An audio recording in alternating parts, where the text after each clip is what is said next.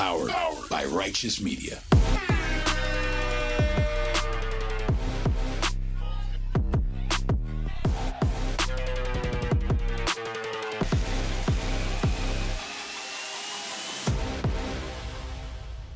Welcome to Independent Americans. Welcome to episode 336. I'm your host, Paul Rieckhoff, and welcome to the Oculus in New York City. This is the architectural marvel that sits on the site where the Twin Towers once stood. It's a place of marvel. It's a place of transportation. It's a place of community. It's a place of commerce. And it's where I'm coming to you today as I take you on a quick walk and talk around the Oculus before we get to another important and exciting episode with Colorado Springs Mayor Yemi Mobolade as we continue our Meet the Independent Candidates and Elected series of 2025. That's coming up next. But there's a lot going on in America as we fly into June and what will surely be another chaotic, traumatic, dynamic, and potentially inspiring summer. June 2025 and the summer of 2025 is going to be another hot one. And it's going to be a summer where more than ever, we need to stay vigilant.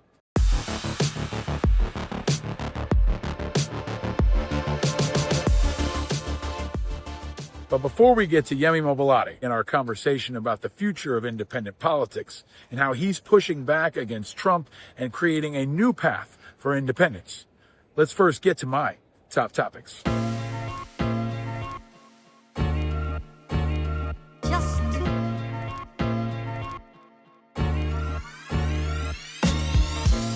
So one of Trump's new ideas is a golden dome. You may have remembered hearing about Trump's golden dome in the so-called Steele dossier. There was allegedly video of Trump in Russia with a golden dome. Oh, wait, that wasn't a golden dome. That was a golden shower. Well, that was pretty scary too. But the idea of a golden dome is fantasy. It sure sounds good. So did Star Wars when Ronald Reagan put it forward. But Donald Trump hasn't even been able to secure the southern border. He hasn't been able to create peace in Ukraine. And the idea that he can create a golden dome to cover all of America before the end of his first term is just ridiculous. But watch this space. Also this week, 2 young Jewish leaders were brutally murdered outside of an event in Washington, D.C. It's a horrible, tragic, disgusting attack. That is undoubtedly a hate crime and a painful, shocking reminder of how so many people in this country remained under threat, especially Jewish people. Anti-Semitic attacks, anti-Semitic threats, and the overall anti-Semitic environment in America is higher than any other time in our lifetime. And the overall threat environment for people in minority groups continues to rise. Whether you're trans people, whether you're immigrants, whether you're Muslims, this is the command climate that continues to unfold under Trump, who doesn't bring the temperature down. He encourages the hate. He encourages the violence. He encourages the division. And it's also a reminder of the number one national security threat in America. It's not the Russians. It's not the North Koreans. It's radical, extreme domestic terrorism. It's something I've warned you about for years, and we need to be vigilant about this summer more than ever. Last episode, if you tuned in or watched, you heard from the great Bonnie Carroll, Medal of Freedom recipient, who talked to us about the meaning of Memorial Day. Now that Memorial Day has passed, we saw what was the most politicized Memorial Day ever. Trump, in a speech at Arlington, talked instead of about our service and about our sacrifice, about his politics, about his greatness. It was the most overtly partisan and political speech we've ever seen on Memorial Day. And it underscores how he continues to blur the lines between our military and politics, politicizing our military, which will come to a crescendo on June 14th in Washington, D.C., as he continues efforts to plan for a celebratory military birthday parade for himself. Stay tuned for more on that in the days to come. And it looks like this parade is going to be more than just a one-off. It looks like Trump is trying to set a trend. Because here in New York City, our failed, indicted, corrupt, criminal mayor, Eric Adams, announced last week on Memorial Day weekend that he too will be having a military parade. Eric Adams announced that he and the city of New York will be hosting a welcome home ticker tape parade in the Canyon of Heroes here in New York next July, on July 4th weekend. Now, we're long overdue for a parade, but for him to announce it during a campaign season, right after Trump, in a way that will undoubtedly make Trump happy and will undoubtedly politicize our community, is unacceptable. I'm sure Trump will ask him to drive the parade by Trump Towers and make sure that he gets to salute it. But the important point here is that our veterans are being used again by another partisan politician. Noteworthy. Hopefully. Probably. Cross your fingers. Eric Adams will not be mayor next year when this happens. He's trailing in the polls, he's terribly unpopular, and he's setting up for a clash in what will be the most watched election in America this fall. He'll be up against corrupt Andrew Cuomo, who's also extremely unpopular, pretty unpopular Republican Curtis Sliwa, founder of the Guardian Angels, recent guest on this show, Jim Walden, who is an independent and surging, and if you haven't heard that episode, go back and check it out, and upstart socialist, pretty extreme leftist, Mamdani. The New York City race is going to be one to watch, and have no doubt, our military, our veterans, and Trump will be at the center of it. So stay vigilant. Now below ground, a little deeper in the Oculus, where the PATH train comes in from New Jersey. It's a really incredible architectural marvel. Even building this thing is something that people said couldn't be done. And coming up, we're going to talk to a man who did something else that people said couldn't be done. We're going to hear from Colorado Springs independent mayor Yemi Mobolade. He's trying to do what few thought was possible, win as an independent. We're going to talk to him about how that's going in just a second. But just like I'm below ground, there are some things that folks don't always see. So quickly, here are a couple stories that are below your radar. Below the radar, while few were paying attention, Secretary of Defense Hegseth and Trump increased the number of troops on the U.S. border by 1,000. Another 1,100 U.S. troops are headed to the southern border with Mexico, creating a total of now almost 10,000 troops on the U.S. border, a place where Trump continues to expand not only the military footprint, but their authority, where they can now detain migrants in isolated areas that he's categorized as military bases. I've long said that this military expansion, the expansion of the powers of our National Guard and federal troops, and Trump's continued efforts to push the limits of what our military is allowed to do. It's an area below the radar, but one where you've definitely got to stay vigilant. Speaking of radical, there's some other news that might be below your radar, and it's regarding our old friend Senator Redneck, radical, extreme, hack, Alabama Senator Tommy Tuberville. This is actually some good news. For America, anyway. Check this out. Turns out he may be actually leaving the U.S. Senate, which is good news for America, but maybe not great news for Alabama. Check this out. So, a few years ago, I decided to give back to this great country and fight. President Trump was a guy that really was behind me in doing the Senate race. He's been behind me ever since. And today, I will announce that I will be the future governor of the great state of Alabama. There we go. Now, I've still got 18 months to go with President Trump to make America great again. We got a lot of work to do. Monday we'll go back and pass the big, beautiful bill for President Trump.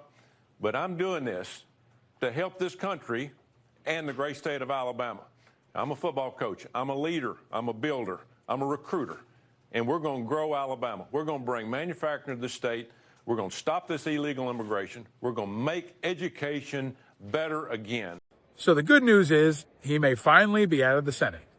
The bad news is he's going to be the chief spokesperson for the state of Alabama. So as far as democracy goes, at least his impact will be a little bit more limited, but his extremism knows no limits. So keep this on your radar for sure.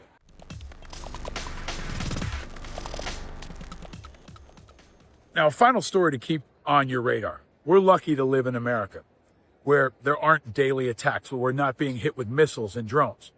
Our friends in Ukraine aren't so lucky. Every day in Ukraine is like a 9/11. But there is some progress that's happening below the radar that you should know about. Our work to push members of Congress to support Ukraine may be paying off. There's reports that Senator Lindsey Graham, Republican from South Carolina, and others may be soon dropping a bill in the Senate that will increase sanctions on Russia, finally putting stronger sanctions in place that should have been in place years ago. It's an overdue step, but it's a significant one. Even when it's below the radar, and even when the summer gets hot here in America, we've got to keep a focus on Ukraine.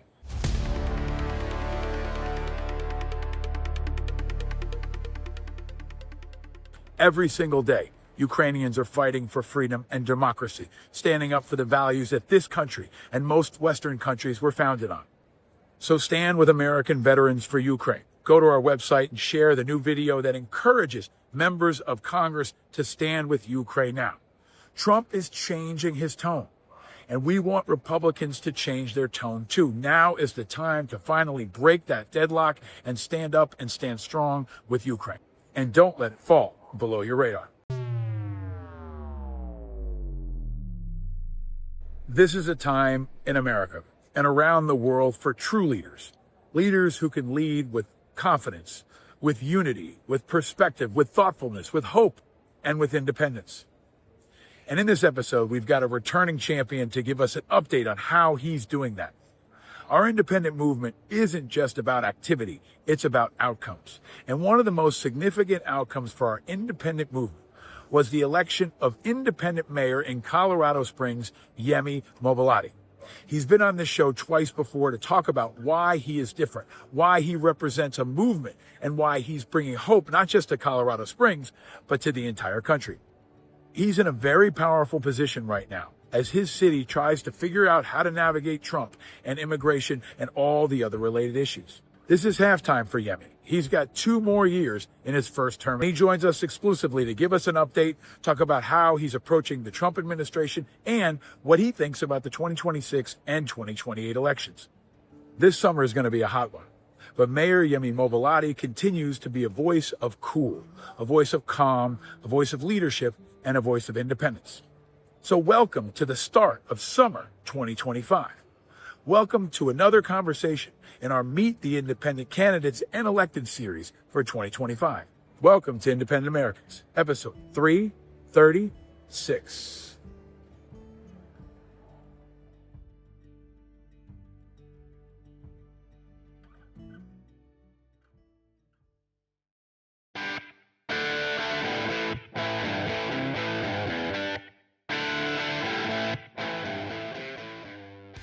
Ladies and gentlemen, independent Americans around the country and around the world, summer is here, and it's going to be a hot one full of heat and drama and controversy, but we have a returning champion on the show that I think brings an appropriate level of cool and calm to everything happening in America and especially happening in Colorado Springs.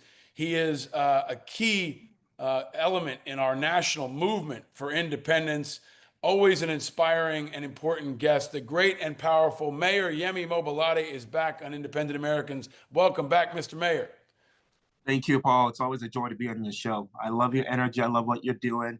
And by the way, thank you for having me on your advisory board too. That's been we had a great meeting with the whole crew, and I got to learn more about what you're doing. So kudos to you too. Well, yeah, we're talking about Independent Veterans of America, which I want to get to, and you've been helpful in getting us jump-started. You've been on the show twice before. It was like right around when you got elected the first time, a year later. Now we're at the halfway mark, the halftime. I want to get to that. I want to talk about the issues you're tackling in Colorado Springs, the national environment. But let's start where we always start. You've got a great purple suit on, which you said you wore especially for us, but where are you and how are you, Mr. Mayor? I'm good. I'm in my office here in Colorado Springs. I am with my purple suit. I wear it strategically to make a statement, and the statement I'm making today is I'm a political independent. It's how I got into office, and it's how I'm leading. And purple signifies this sort of like this mix of red and blue, this third way of leadership, political leadership. And purple also is also a nod to the Purple Mountain majesty.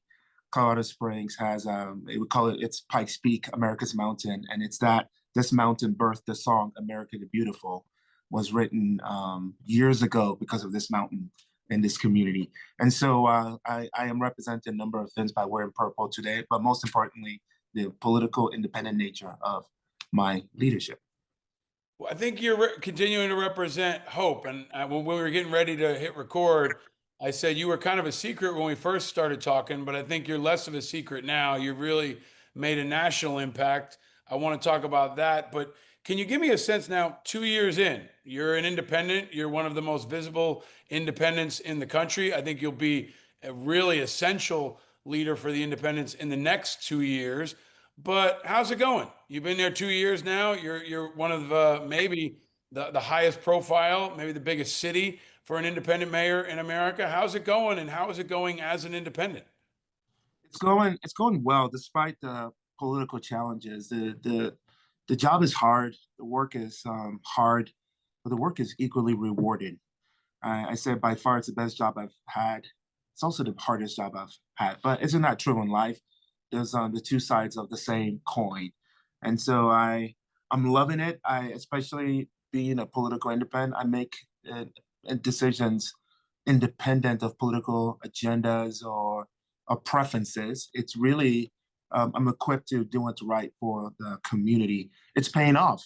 And Paul, I got to be honest, it's also hard to be politically homeless because you don't necessarily, sometimes you get criticized by both the left and the right, and you don't necessarily have a tribe, a home to land, and people who are just, you can do no wrong because you're one of us.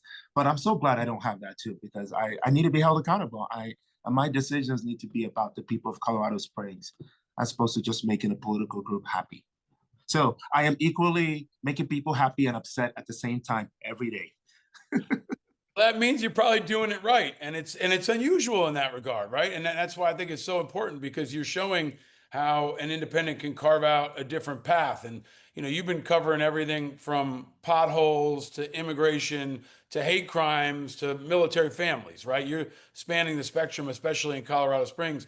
But let me ask you, the recent news, there was this hate crime hoax situation. I know you've commented on it, but let me ask you to talk about the larger environment that you see. You've been the focus of hate of all kinds. There's people in your community that are focus of hate. There was a violent, brutal murder of 2 young Jewish leaders in DC this week. Right. A lot of folks are scared. A lot of folks are looking for leaders who can tackle hate and bring people together. Can you talk about how you're approaching that in Colorado Springs, which is a very diverse community and at the epicenter of a lot of collision points? Paul, that's a great question. And thank you for asking me this one in particular. I never thought one of my leadership strategies, especially in this politically charged climate, would be to be the adult in the room. I say it almost every week to my core team of leaders. We have to be the adult in the room.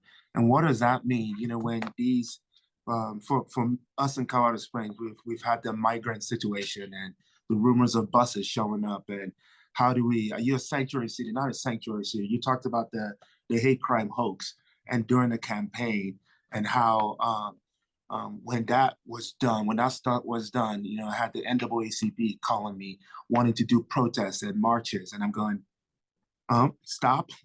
Let's not overreact. I mean, we have downtown businesses. I'm a downtown business owner.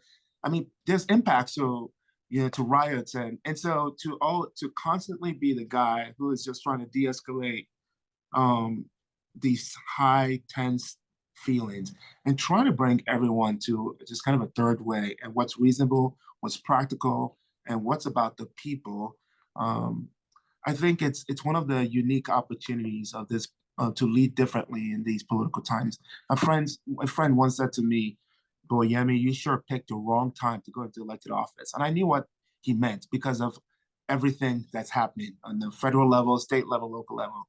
And I said, actually, I wonder if it's the right time to be in office because of what we're dealing with today. I do believe our world, our nation, and our cities need a different kind of leadership. We need adults in the room and leaders who, that actual phrase that says desperate times call for desperate measures. I hate that statement because you can see what desperate measures are doing. Like you just talked about the anti-Semitic, the killing of the 2 Jewish people in DC, which is just so not okay. These are desperate measures are ruining us. They're killing us. But I believe desperate times call for a new type of leadership and a new generation of leaders who are going to lead with courage, empathy, and humility. And that's the opportunity in front of me right now. And you're a role model who's talking to people in a respectful way and in a thoughtful way and acting like an adult. It seems like you're even with people we disagree with. Yeah. Concept to humanize them. Yeah. Well, and you're also, you're able to bridge the gap between different groups, but at the same time show strength and empathy. And your personal story is a key part of that. I think that's why people trust you. You're nice. Every time I talk to you, you're a nice person. You're not trying to dunk on people for political points. And you're the kind of leader that I think our kids could look up to. But you're Thank you. stepping into the breach. And maybe the best example of where you're going to catch heat, but you can be a source of leadership is on the immigration issue, right? Where liberal people in your city are pissed off because they think you're being too hard. Maybe conservative people think you're being too soft. And you yourself have been an immigrant. You came, I think, under a student visa, right? But can you talk about the recent incident? How do you want to explain it to the rest of the country that doesn't understand what happened, and what can we learn from this to inform the rest of the country on maybe to have a different approach? I feel like you know me so well. It's almost scary. It's almost scary. No, that's a great example. Another great example is law enforcement, and just to watch my police department, the bridging of the relationship between the men and women in blue, who I love and adore, and the communities in my city that historically has had challenges with the men and women in blue, to now see them actually hugging each other. It is so cool. But to get into the immigration issue, I feel like I'm uniquely positioned to be in the middle of this conversation, and in many ways to be the ones that people are throwing tomatoes at. Because to the ones on the right, I'm not, to your point, I'm not hard enough. To the ones on the left, you're not compassionate enough. I believe that we're a nation of immigrants, and I also believe we're a nation of laws. Two things can be true at the same time. And frankly, the conversation around immigration for many of us immigrants is frustrating, because right now the immigration story somehow is now tied to criminal behavior. And there are a lot of immigrants in this country who are kicking ass, who are doing great things, who are starting businesses, and like me, running for office, who are giving back. And that is the true story of immigration, not criminal behavior. One of the things I've been saying lately is that, do you know that the Melania Trump and I came into the country the same year, 1996? And she's got her own immigration story of becoming the first immigrant first lady. We got to do a better job at celebrating the good stories and not get right now the immigration story is caught up in the world of politics. And so I get to be in a unique place to say, immigrants are showing up. They're doing a lot of great things for this country, even in the military. And by the way, it doesn't matter who you are, whether you're US born, naturalized, legal immigrant, or undocumented immigrant. If you commit crime, we will hold you accountable. And I'm not apologizing for that. That is my first #1 job as mayor of this great city, is to keep our city safe, because a safe city is a great city, and a great city is a safe city. And so, and that's a role of government on a local level, on a state level, and certainly on a federal level. And that's why we have our military partners who work to keep our nation safe. Because if you don't have safety, we don't have anything.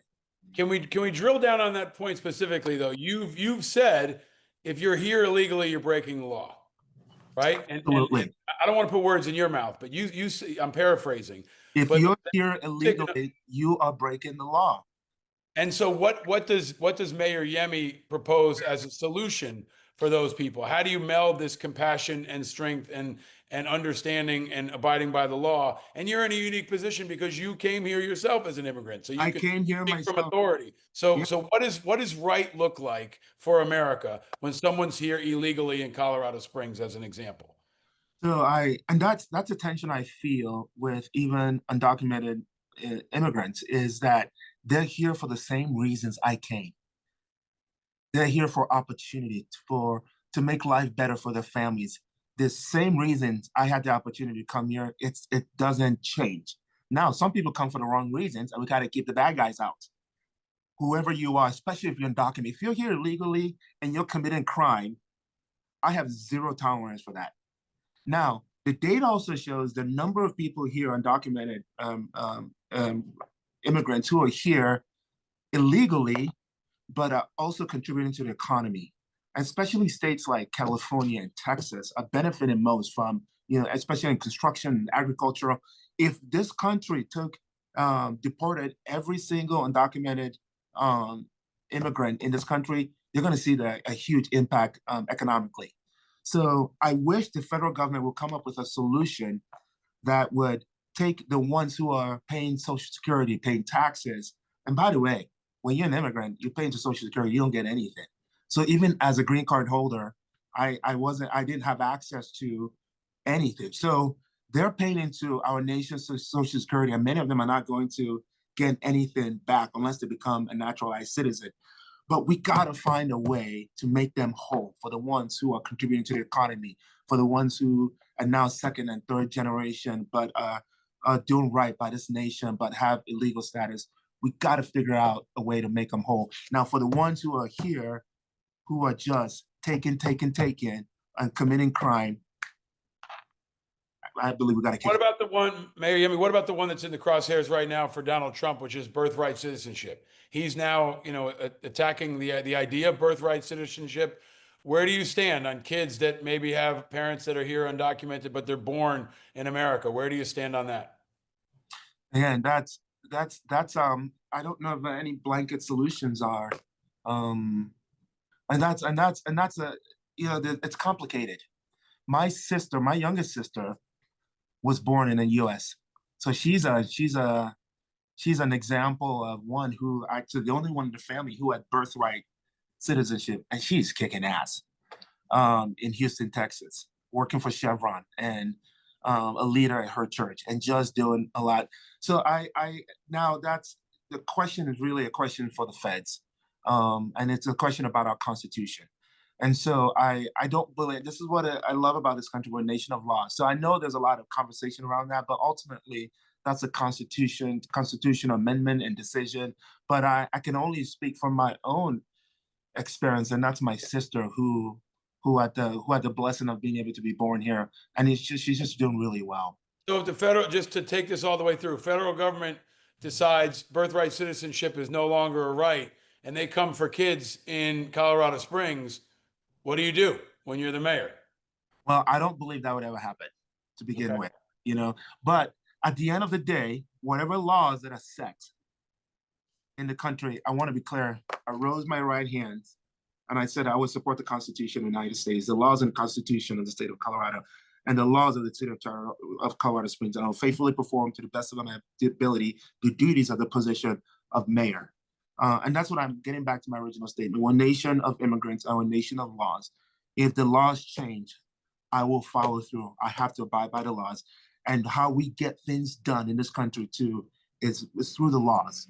And so we have to make sure that, and this is where our federal partners have to make sure that they're doing that right work of butting heads and doing that battle, attacking the issue, not the person, big difference, to make sure we have the right laws that as mayor, I need to enforce. So regardless of what the law is, it is my job to enforce. But if it's a law that kind of gives me pause, you better believe I'd be using my influence on the federal level to make sure that we are enacting the right laws.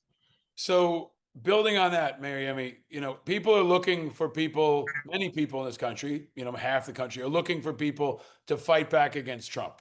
Some people want them to go with the flow and try to compromise Trump. Mayors especially are at the epicenter, right? You've got some mayors that are creating sanctuary cities, are going to fight like hell. You got Mayor Adams here in New York, who seems like he wants to deal with Trump. Trump's, plowing through a lot of things that impact people in your community, and he might not abide by laws, right? We've already seen that he's trying to circumvent some federal laws in the meantime while they go to appeal. What's your overall approach to Trump, right? How are you as the mayor of Colorado Springs? What's your philosophy? What's your approach? What's your strategy for Trump for the next few years? That's a great question. I don't have any strategy for Trump. I do have a strategy for how we work with our federal partners. And I think that's a problem of just how we. I think now I don't want to minimize the power of a mayor like me making decisions, but I think there's an overemphasis on one person, on Trump, or Governor Polis, or Mayor Yemi, and I'm stripping that in many ways. My desire is to have a good, as best as I can, a good relationship with the White House, with DC, to ensure that Colorado Springs benefits from that good relationship. I don't get up in the morning and think about how do I go to war with the president, or how do I come alongside the president as a BFF. I have a job to do. Part of my job is ensuring that the safety of my community, or ensure safety of my community, our infrastructure. By the way, I need federal grants to accomplish those two things: roads, bridges, my airport, which is going to international status next week, which was celebrated. Those things all require a good relationship with the White House, with the president's team. The same way I had a good relationship with President Biden's team, I intend to have a good relationship with the president's team. Now, we're not going to agree on everything, but same thing with the state, Governor Polis. Being in a more conservative city, and so many people in my community want me to be at odds with the governor. I'm not going to be at odds with the governor who's a Democrat. I'm going to find common ground in areas of opportunity that we can work together so that the people of Colorado Springs benefit. And with the White House, my people benefit from keeping Space Command here. That's one that we've said, is the president going to move that to Alabama, because that's been caught up in politics. But there's no need to be at odds with the president when Space Command is still here, and we're working together on the issues that are both important to us. And being a military community, 5 military installation bases, and that's the president's purview. And I have to make sure that I have a good relationship with the president, just even for our military partners. But for now, he's playing nice, right? He hasn't removed Space Command. You don't think your federal funds for infrastructure are in jeopardy. But if he says to you, hey, Mayor, you better lay off on ICE, right? Don't turn into a sanctuary city, or I'm going to send Space Command down to Alabama. I'm going to revoke your federal fund. That's how he does business, right? And we've got, let's use Governor Wes Moore as an example. The FBI headquarters is now become a political chew toy. That was set, that was settled. Now Trump's talking about, pulling it out. This is working for now, but you might be at a loggerheads in the next couple of months if he continues to do with your city what he's done with most others, right? I love me Governor Wes Moore. Well, so I'll take that. I'll take that as a punt. You introduced us, by the way. Yeah, I did. Yeah, Well, I'll take it as a punt. But also, you guys are going to be ones to watch, right? Like, not the only ones. How are you going to approach the Trump administration? And I want us to be a city to watch, because, again, Paul, going to the spirit of this conversation, this is why we need independent leadership, because none of the answers are easy. Mm-hmm. And there's some things that the president and I are going to agree on. There's some things we're going to disagree on. But at the end of the day, we can find common ground. It is within the purview of the federal government to keep our nation safe. And so ICE is an important function of the federal government's responsibility. This. And Obama had probably one of the most massive deportation efforts of any modern day president that we know. Most people don't know it because it just wasn't in the public arena. It wasn't celebrated. But this is pretty public. We got ICE people pulling people off the streets, and the next level is, hey, maybe we use federal troops, or maybe we use the National Guard like they are on the border. There is an escalation here that is different, that I think is going to put mayors, especially at the crosshairs. And I'm rooting for you. I think you're in a unique position to potentially bridge that gap. But Trump has not shown any interest in dealing with anybody except loyalists, right? He's not doing a whole lot of compromising here. So we're going to watch it, and I want you to come back on as that evolves. But let me ask you about the broader independent landscape. We're seeing a flood of people. You've been supporting us at Independent Veterans America. We got probably half a dozen independent Senate candidates next year. We're going to have people running for mayor. We've got Jim Walden was on the show a couple weeks ago running for independent mayor of New York City. I'm going to have Tim Kelly from Chattanooga is going to come on the show soon. But you were kind of a tip of the spear. I think in many ways you're a model for what independence can look like. What do you think next year looks like in the midterms? Where do you see opportunities for independence, and take it all the way out to 2028? Do you think we'll have a viable independent candidate for president, and maybe you're on the ticket? I don't think I can be on the ticket unless there's an amendment to the U.S. Constitution, since I'm not natural born a citizen. But I do think there's always been room for the independent leaders, and a different generation of leaders who are not beholden to political parties. But that's always been true, but even more so today. I feel like it's even more true. You see so many Americans are leaving both political parties. In fact, this data point is not only true in Colorado, it's true nationally. We are the fastest growing political party. In Colorado, we're called unaffiliated. And I have a love-hate relationship with that word, because unaffiliated almost makes it seem like you don't affiliate to anything. No, we affiliate to strong American values, but we just don't want to affiliate to political parties. So it's fast and growing in my city and in the county. It's growing in the state, but it's also growing in the country. So I'd say for all the independent people thinking about it, your time is now. What I did is not a unicorn. Some people see it as kind of a special one-off. No, it really is. I mean, I got elected because of the support of Democrats, Independent, and Republicans. Ultimately, they were making a choice about a leader. This leader happened to have a darker color of skin. This leader happened to be a former pastor, happened to be a business person. It didn't matter. And by the way, let me connect my story to two other stories, even though these leaders are more belong to political parties. But remember when President Obama announced he was going to run? What did the Democratic Party do? They just kind of dismissed it. This 2-year junior senator, this is not a real thing. And what happened? He won. America said, that's who we want. Remember when Trump announced he was going to run, that famous escalator scene? What did the Republican Party do? They laughed at it. They dismissed it. This is not a real thing.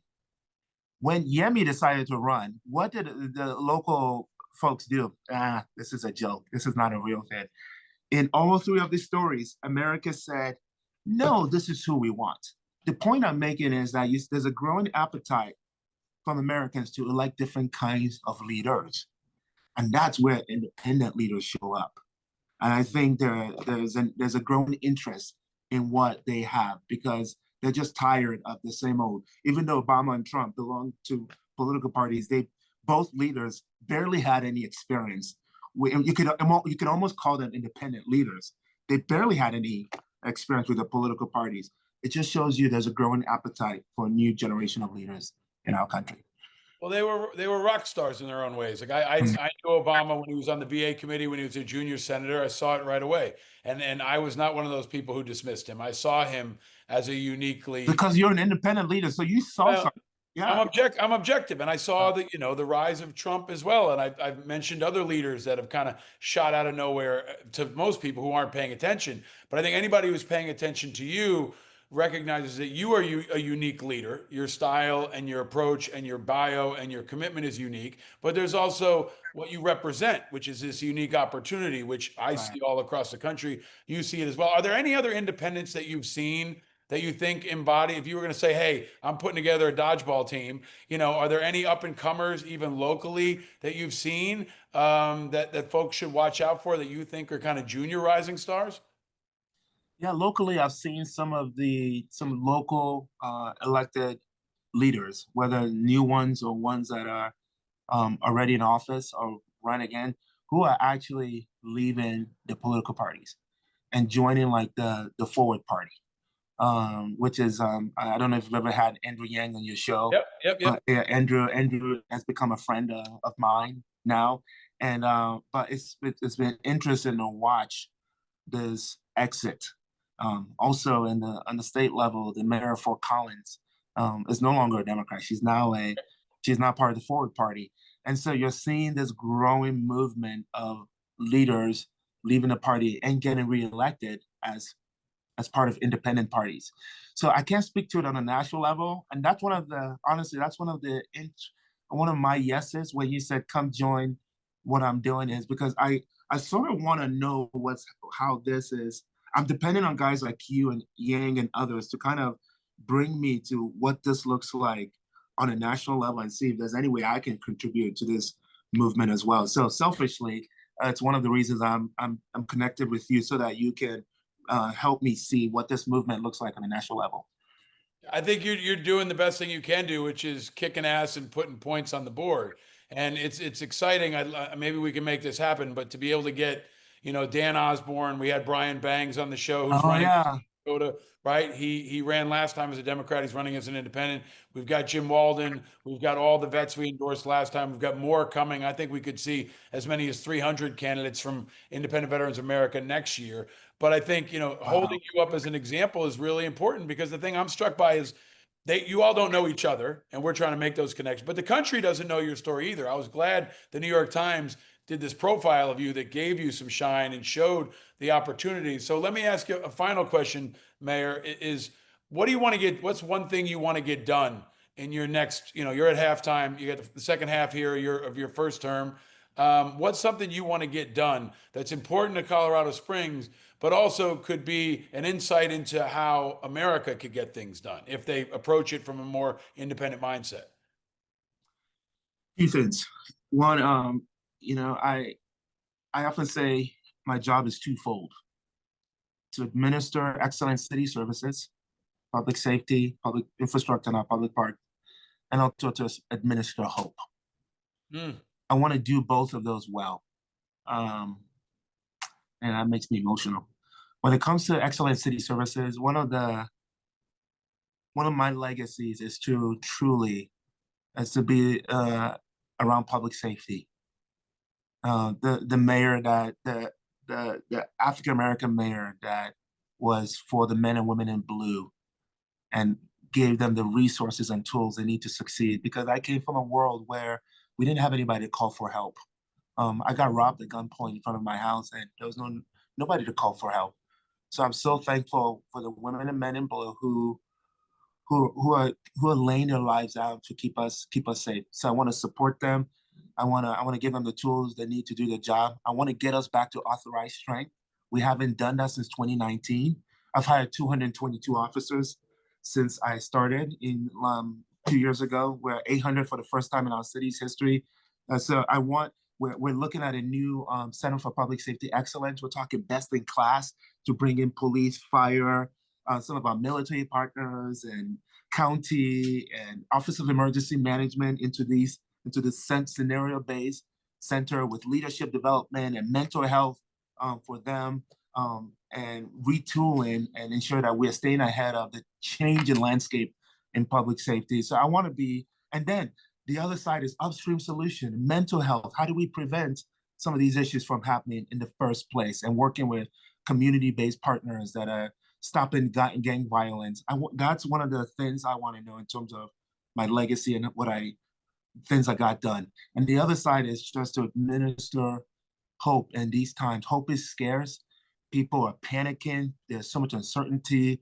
And I wanted young people and people of all ages to be able to look at my leadership.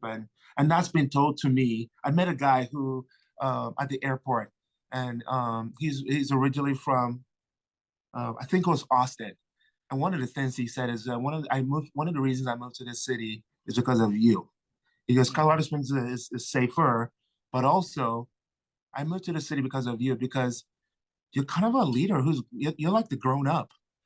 you're middle of the road, you're pragmatic. We need more leaders like you. And so I want people to look at my leadership and go, okay, that gives me hope. And that's the type of leadership that I too can aspire to be, especially with the next generation of leaders. So administer quality services, city services, and administer hope. There you go. I think that is a mantra that we're going to hear from more smart candidates in the next couple of years. It's strength and hope, right? And you embody both of them, and your focus on public safety in particular, I think is going to be really interesting to watch, and your ability to bring people together around solving problems, right? That's what independents can do at their best, is make things work, get shit done, right? And I think, Yemi, you're doing that already. You've continued to inspire. You're getting things done, and you're bringing hope when people really need it. And most of all, you're an example for our kids when we need it, an example for all of us. So I'm grateful for all your time and for your Thank leadership. you. Thank I you for can't coming wait to do back on this. the I can't wait show. to do this again. Hey, I'm working on a book, by the way. It'll be fun to in the future be able to talk about this story to make it more accessible to others. Yeah. Well, that's what we have to do. You have to write a book, and then we have to change the Constitution, and then you run for president. That's kind of how it works, right? You know, you never seems to fail with. I think, if it's like a Mobolade and McCraven ticket, or McCraven Mobolade, I mean, I'm putting it out there in the universe. This is the kind of shit that people need to start thinking about. I thought you were going for Moore for president. Wes Moore for president. He's a Democrat, man. We need an all-independent ticket, but he's welcome to leave the Democratic Party. I think that would be excellent. He does lead like an independent. We just have to convince him. He sounded a lot more independent. He recognizes the Democratic brand is toxic, and he better get from it pretty quickly. So maybe we can work on independent nationally. Yeah. Let's work on it together. All right, man. We're going to work on a lot of things. I really am grateful to you and your family good to see you. and your Thank team you. for your continued sacrifice. The great Mayor Yemi Mobolade, thank you for all you do. Keep bringing that hope and strength, sir. We appreciate you. You too, Paul. I look forward to seeing you soon. Thanks for all you do. Thank you, sir.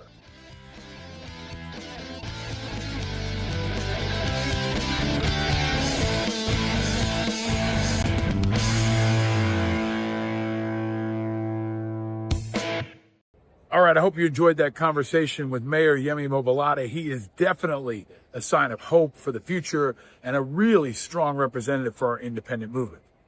He's a true helper, a guy who's stepping up when others are stepping back. And this summer, with all the heat and chaos, now more than ever is going to be a time to look for the helpers.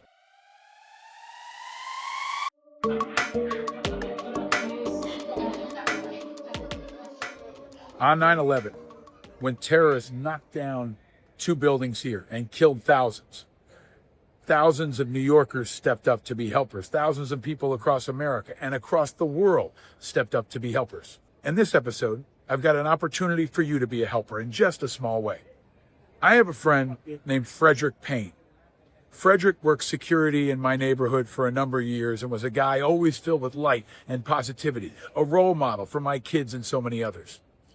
2 years ago, he and his wife, Julie, brought into this world a beautiful baby boy named Bronx.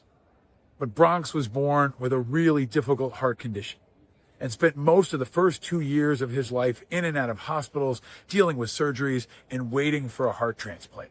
And earlier this month, tragically, baby Bronx died.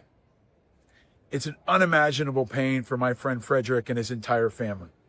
But it's also come with a huge burden financially. They have burial costs, they have medical costs, and they have another baby on the way. I know on this show I talk a lot about international and national things, but this is very local. You can help now by going to the GoFundMe page for Frederick, Julie, and Bronx Payne. Help us honor the fighting spirit of this little boy. Help us support his family and help us build a legacy for his incoming sibling. In times like this, it's easy to lose sight of what's most important. But in times like this, it's really important to take care of our own, to take care of each other, and especially to take care of children. So do what you can, and if you can't donate, just spread the word and help us do all we can to honor the fighting legacy of baby Bronx Payne. Before we close from here in the Oculus in New York City, here they are, my Rieckhoff's recommendations.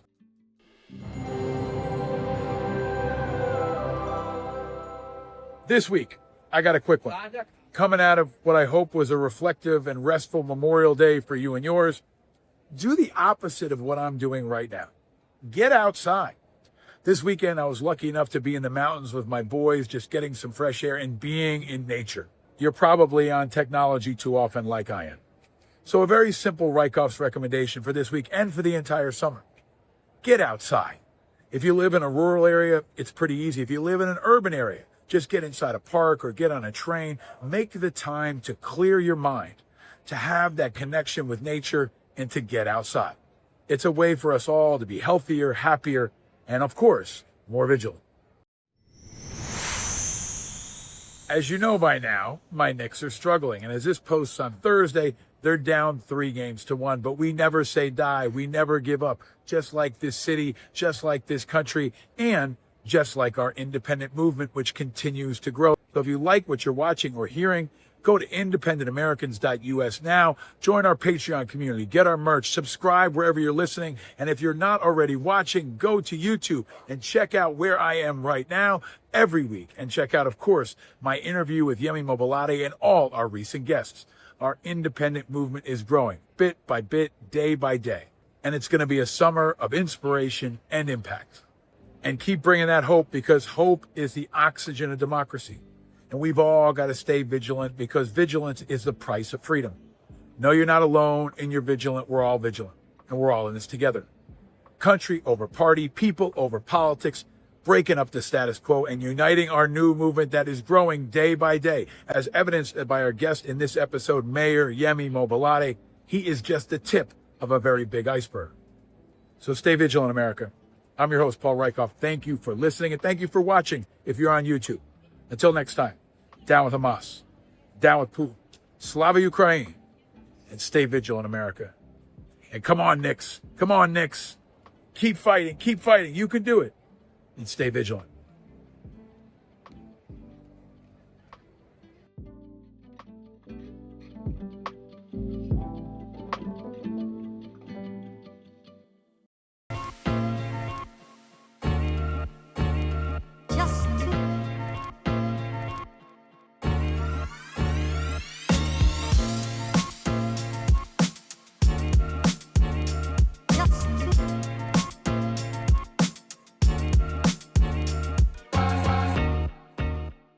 Powered by Righteous Media.